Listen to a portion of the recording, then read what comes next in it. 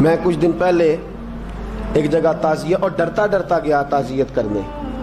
پرانے جاننے والے تھے, دوستوں کا رشتہ تھا, تو میں ایک ہی بیٹا تھا, تو وہ مجھے پتا چلا کہ ٹرین ایکسیڈنٹ میں انتقال کر گیا. تو میں ڈرتے ڈرتے گیا کیونکہ معاملہ مشکوک تھا. اور جب میں تعزیت کے لیے اندر پہنچا تو ہمارے جو انکل تھے, جن کا میرے دوست تھے, وہ ان کے کچھ عزیز کہنے لگا کہ حضرت جی آپ کے ساتھ والے باہر جا سکتے ہیں؟ تو میں نے کہا چلے جاتے ہیں. میں دوستوں کو گاڑی میں بھیج دیا, اور جب میں نے اس سے بات چیت کی, کہنے لگا میرا بیٹا ایکسیڈنٹ تو میں نے بنایا ہے, وہ تو خودکشی کر کے مرا ہے. شادی کے 11 سال بعد خدا نے ایک بیٹا دیا تھا, اور مجھ سے غلطی یہ ہوئی, میں نے کہا میرے بیٹے کو تکلیف کوئی نہ آئے. اس کے منہ سے جو نکلا میں نے اسے دیا, جو اس نے مانگا میں نے دیا. کہتا ہے جو شخص 16,000 مہینے کا کمائے اور بیٹے کو 40,000 کا موبائل خرید کے دے, کہتا ہے میں نے ہر سہولت اسے دی. پھر ایک امیر کی لڑکی سے یونیورسٹی میں پڑھتے ہوئے اس کا تعلق بنا. بچی کے میسج بھی میں نے اپنے موبائل, اس بچے کے موبائل میں دیکھے, اور اس لڑکے نے جو میسج سینڈ کیے وہ بھی میں نے دیکھے. پھر میں گھر پہنچ گیا, میں نے بیٹے سے منتیں کی کہ بیٹا وہ ہمیں رشتہ نہیں دیں گے, ہماری برادری بھی چھوٹی ہے اور ہمارے جیب میں پیسے بھی کوئی نہیں.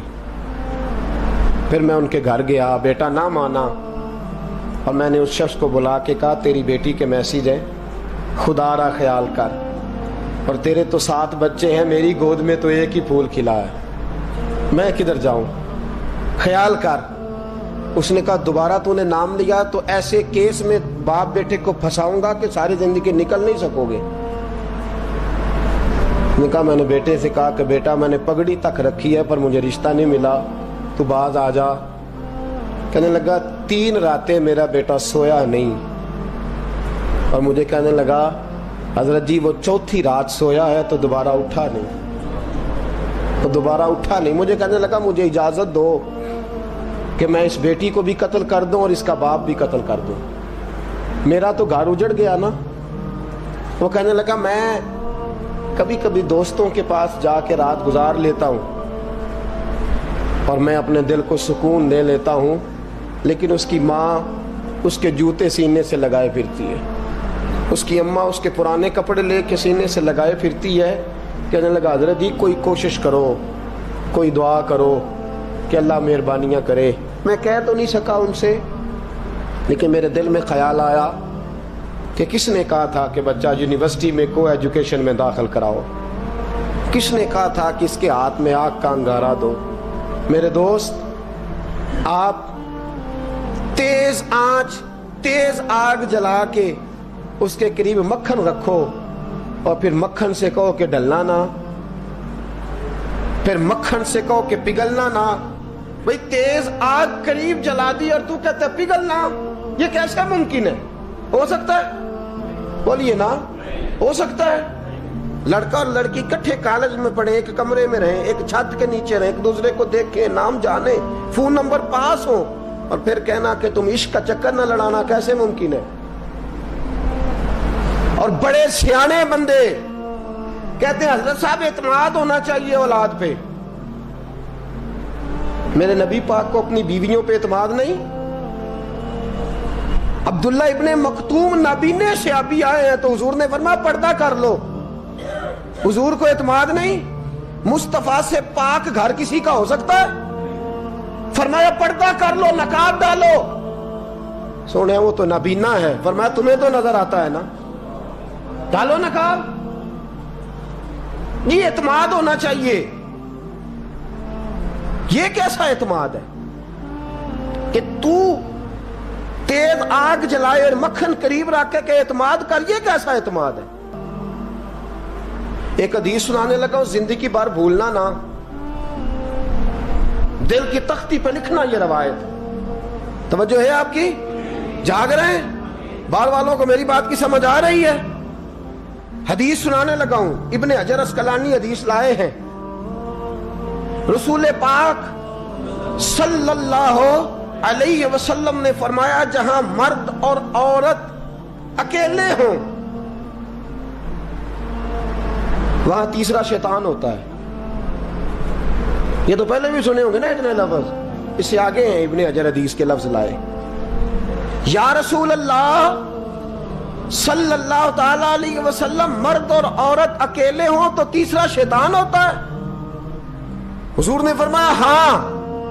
عرض کی حضور اگرچہ وہ نیک ہو. جاگ رہے ہیں نا آپ لوگ؟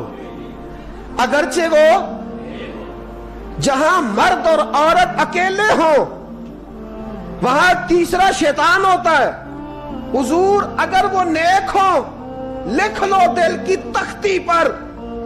میرے رسول نے فرمایا اگر عیسیٰ کی ماں مریم بھی ہو اور زکریا کا بیٹا یحییٰ بھی ہو تو میں ان دونوں کو بھی اکیلا بیٹھنے کی اجازت نہیں دے سکتا. فرمایا عیسیٰ کی ماں مریم جو رہی مسجد میں، پلی مسجد میں، جس کی پاکیزگی کا اعلان قرآن کر رہا ہے، عیسیٰ کی ماں مریم. اور فرمایا یحییٰ صرف نبی نہیں، نبی کے بیٹے بھی ہیں. زکریا بن یحییٰ. فرمایا اگر یہ دونوں بھی ہوں، ایک نبی ہو اور ایک ولی ہو، مریم اور یحییٰ بھی ہو، مریم اور زکریا بھی ہو، فرمایا میں ان کو بھی اکیلے بیٹھنے کی اجازت ہے. تو کس نیکی اور پرہیزگاری کی بات کرتا ہے؟ تو کیسا پیر ہے اس کے پاس تنہائی میں بیٹھ کے بی بی اپنا دکھڑا سنا رہی ہے؟ تو کیسا مفتی ہے؟ اٹھا کے لے جا طریقتیں شریعتیں اور جا کے سنبھال لے اپنے جبہ اور دستار میں. وہ کوئی جبہ اور دستار نہیں، وہ گند ہے. اس لیے کہ جو نبی مریم سلام اللہ علیہا کو نبی کے پاس بیٹھنے کی اجازت نہیں دے رہے، وہ پیر کس بات کی مولی ہے جو بیبیوں کو بغیر پردے کے سامنے بٹھاتا ہے؟ اور تنہا بی بی کہتی ہے میرا دکھ سن لے، کس نے اجازت دی ہے؟ اور پھر کہنا تماشا لگ گیا، سٹنڈ لگ گیا ہے.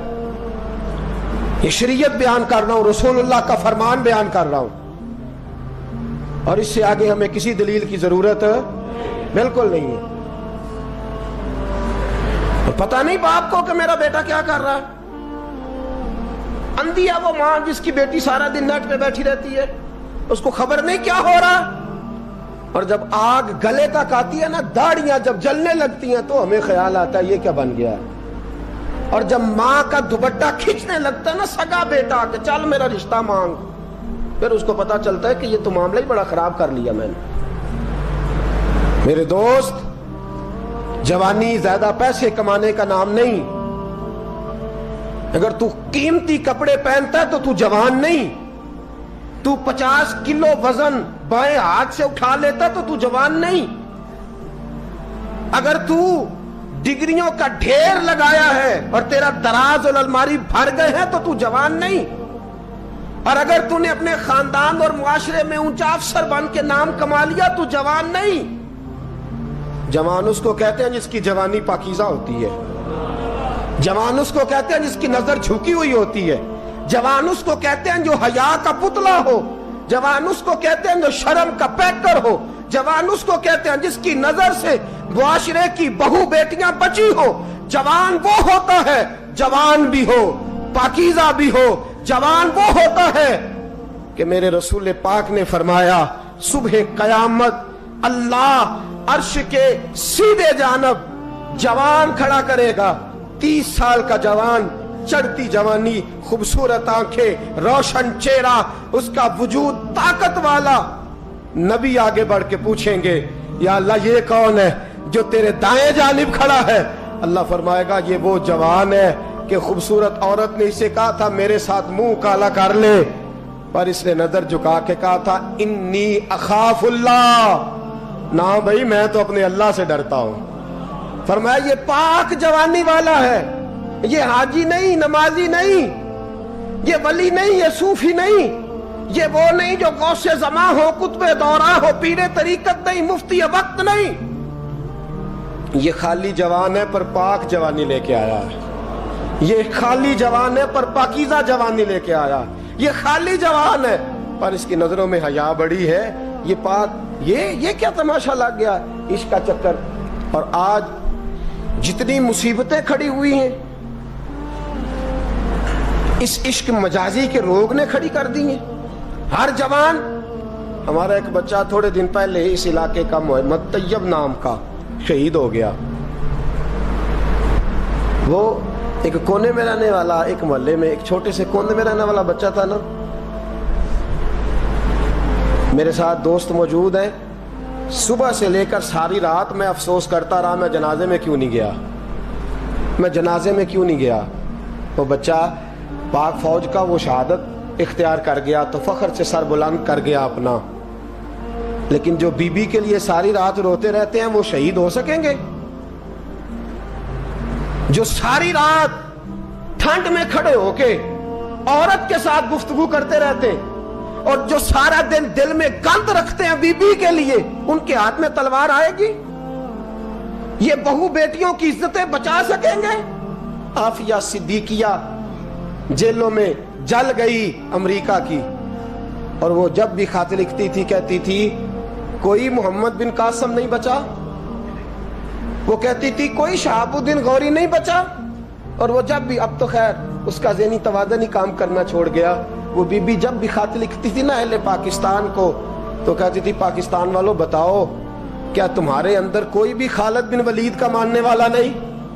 کیا کوئی نہیں تمہارے اندر جو علی کے نام کا نعرہ لگانے والا ہو؟